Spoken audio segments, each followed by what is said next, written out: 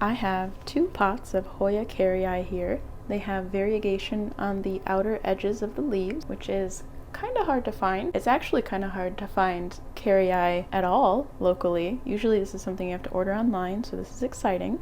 But I have repotted one of them and I put it into a substrate that is lighter, bigger chunks. It allows more air to reach the roots, which is important. We'll talk about that more. How do you know when you should repot your Hoya? If your Hoya is happy, you might not need to repot it, but I am looking at the substrate here and it's pretty dense. It looks like this is ideal for conditions in a nursery. This was probably growing in a really warm, bright location. And what I found with Hoyas, when they have more light, more warmth, they can overcome less than ideal watering conditions or like potting mix. Once you bring your Hoya home, and it's now in the house where the humidity is much lower, it's not quite as warm, and it's not getting as much light, it's going to matter more that the soil and potting mix drains well and allows oxygen to reach the roots. Most Hoyas come from rainforests.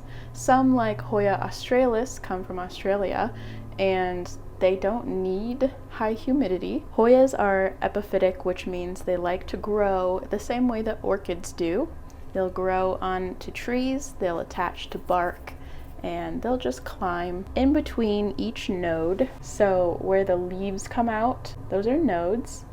You'll get little aerial roots that come out. Out in the wild, those roots will grow when the humidity is high enough, and then they'll just start reaching, and once it lands on something like the bark of a tree, it'll attach to that and anchor the plant and also absorb nutrients from rainwater that's running down the tree. It's getting nutrients from, like, say there's pockets of leaf litter in the tree. It's getting all of that, a very dilute amount of fertilizing, but very frequently. As much as you can reproduce the environment that Hoyas and orchids came from, the happier they'll be. So obviously you're not going to set up a rainforest in your house, but if we can make the potting mix a little looser and follow a similar fertilizing strategy, it will be very happy. When I say fertilize with dilute fertilizer more frequently, it's not complicated.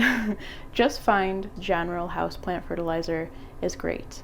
Just use like a quarter strength of it and maybe use it every other time that you water your Hoya during the period of time when it's growing. In Indiana, that's probably from February to October. That's about when I see my Hoyas growing. When they're not growing, it's good to cut back on the fertilizing and also reduce the amount that you're watering. Let's get this one feeling more like it's in the leaf litter of a rainforest by taking it out of the pot and just gently taking off the soil. When I was repotting this one, the roots all looked fine, so there was no reason for me to be aggressive about repotting it. These guys are healthy, but it's going to be set up for better success in a potting mix that is lighter and drains faster so that you can water it more frequently in your house. The trouble with this is going to stay wet for a long time, and if it's staying wet for 2 weeks and the substrate is really dense, that's how long it's going to take for oxygen to get in there. I'm just going to gently squeeze around the pot.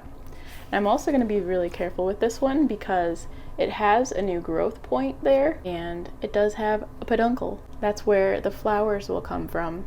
Since this plant is still really small, it's probably not going to flower from this point soon. Sometimes it'll put them out long before it's actually going to produce flowers. I'm not overly concerned about disrupting this plant from flowering, but I'm still going to be careful so that maybe in the future it will flower from that point. And it also has some baby leaves. It had a baby leaf here. Something that I've noticed with Hoyas, if they're getting inconsistent watering, it will drop the baby leaves, which is very sad. You don't want that to happen. When we have the soil that drains faster, it's a little easier to get into a consistent watering routine because we're not quite as worried about the roots not getting enough oxygen. You can water it more frequently if the substrate drains faster and allows air to get into the roots. Now, the different options for making your potting mix airy and fast draining, you can use orchid bark, clay balls, perlite, basically anything that's chunky.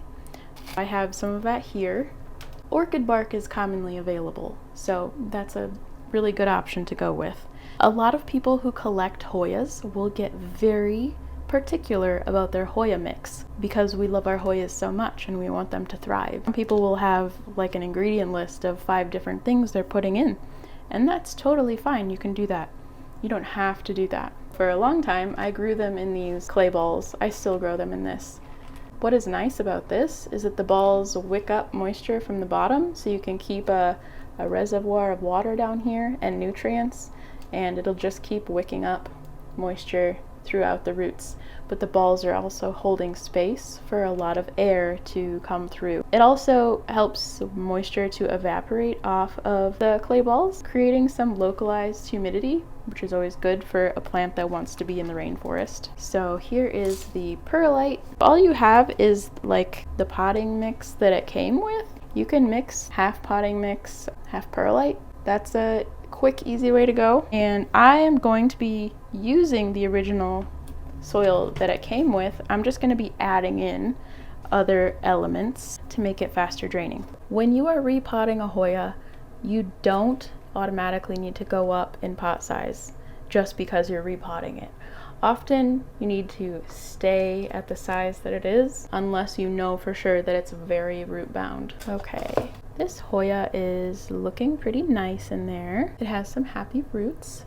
So I am just going to gently work my fingers in to get off a lot of this soil, and then I'm going to mix in some of this orchid bark, clay balls, and perlite, and then put it back into the pot and water it. So hopefully I won't be disturbing its progress, its growth progress too much. Another way that you could speed this up is you could take it outside into your lawn and just use a hose to spray the roots, and then it just gently washes them away without you having to pick at it with your fingers.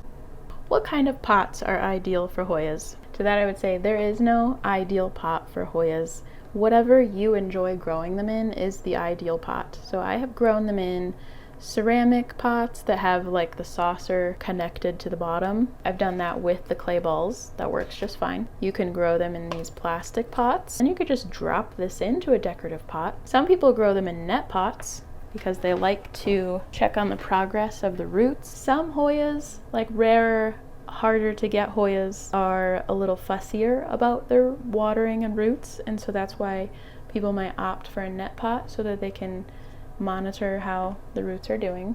Not necessary for Hoya carrii or any of the common Hoyas that you can get here, like Hoya carnosa. That's probably the most common Hoya you can find in store. Hoya pubic helix is another one that's available right now at Linton's Enchanted Gardens. I think there's a big pot of that. A very nice Hoya. It grows fast, has beautiful flowers. Put it in a sunny spot in your house and it should flower within a year for you if it's getting enough light and fertilizer. If you're new to Hoyas and everything I just said sounds a little intimidating, I just want to assure you that Hoyas are very easy compared to most houseplants. They're the only ones that I keep alive long term. They thrive on neglect, so as long as you give them plenty of light and some fast draining soil, they will be happy. It would be better to err on the side of underwatering than overwatering, but hopefully as you get to know your Hoya, you'll find a good balance so that it can grow and not lose its baby leaves, which can happen if you go too long without watering. But just give it some time, watch it, and see when the leaves start to get kind of soft, not quite as plump. The leaves usually feel kind of like succulents, so when they start to get a little soft, that's when you know it's thirsty and time to have some water. So I'm putting these back, and you can see the other Hoyas just below it.